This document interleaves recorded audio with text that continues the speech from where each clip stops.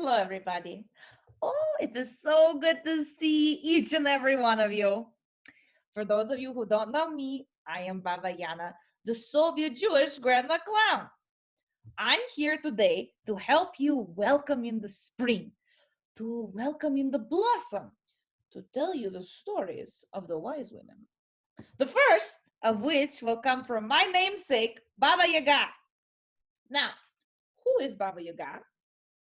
For many of you, I think the first word that comes to mind is a witch. Am I right? Right. She is a witch. She lives deep in a birch tree lined forest in the countryside of Russia in a hut perched on chicken legs. She also flies around the skies, yes, but not on the broom, but on an oversized mortar and pestle, with the pestle acting as a sort of steering oar.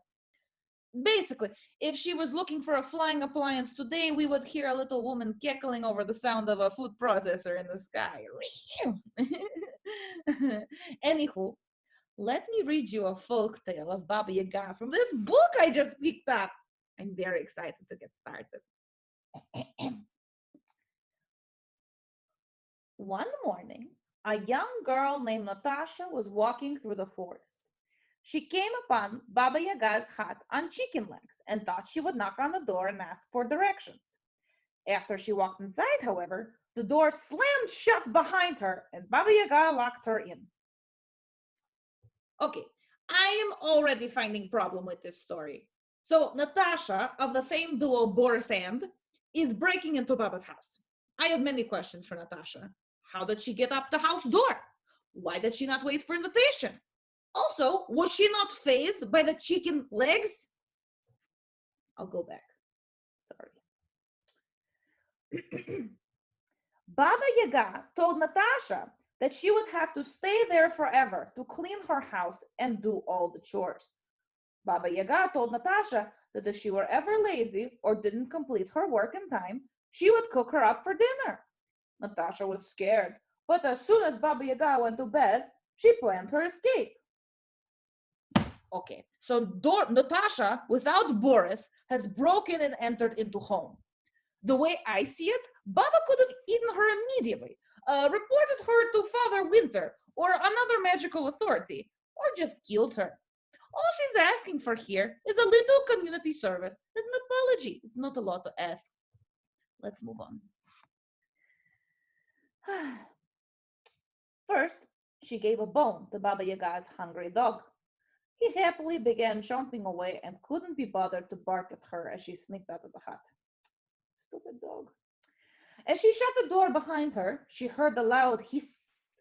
She found it came from the skinny cat that lived behind Baba Yaga's front porch. Natasha searched in her pockets for and found a piece of cheese left over for her breakfast. She offered the cheese to the cat, who gratefully took it. He was so busy eating the cheese that he forgot to scratch at Natasha's ankles or to meow for Baba Yaga. Can I just say I love cats, obviously, uh, but this one doesn't seem to be very helpful and not a very good house guardian. Baba Yaga better get a home security system installed. Hmm. Natasha was almost out.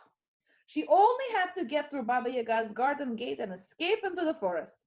The gate was so squeaky that Natasha thought Baba Yaga would be sure to hear her open it. So she searched around Baba Yaga's fence until she found a can of oil. She poured the oil over the gate hinges and it swung open silently. Natasha ran through the gate and out of the forest as quickly as her legs could carry her.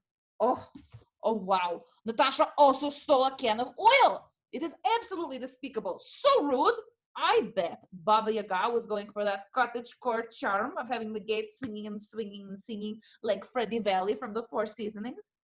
Mark my words, it's going to take months to get that rust back. I'll finish. Okay.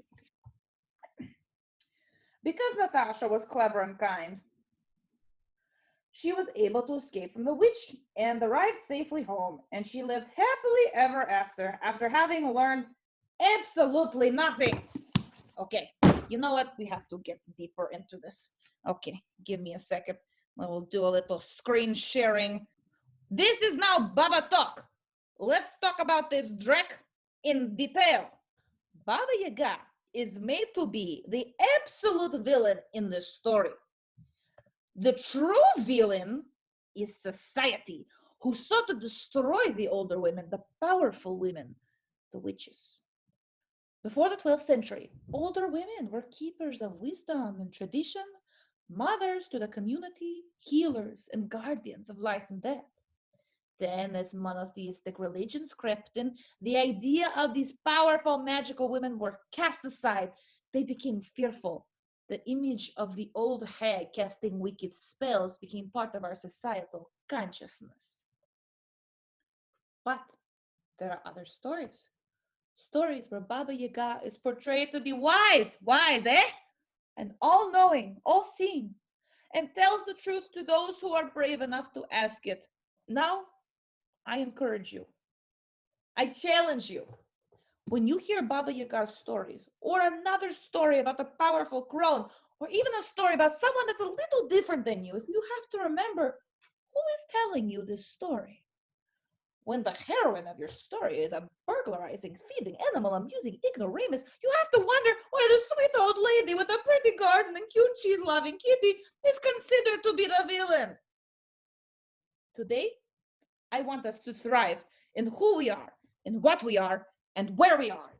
So here is a toast to you all, to the witches, the medicine women, the fire dancers, the shamans, the jokers, the smokers, the midnight tokers, the artists, the ones with artisanal candle Etsy accounts. Who else is here? To you, my friends. За ваше здоровье!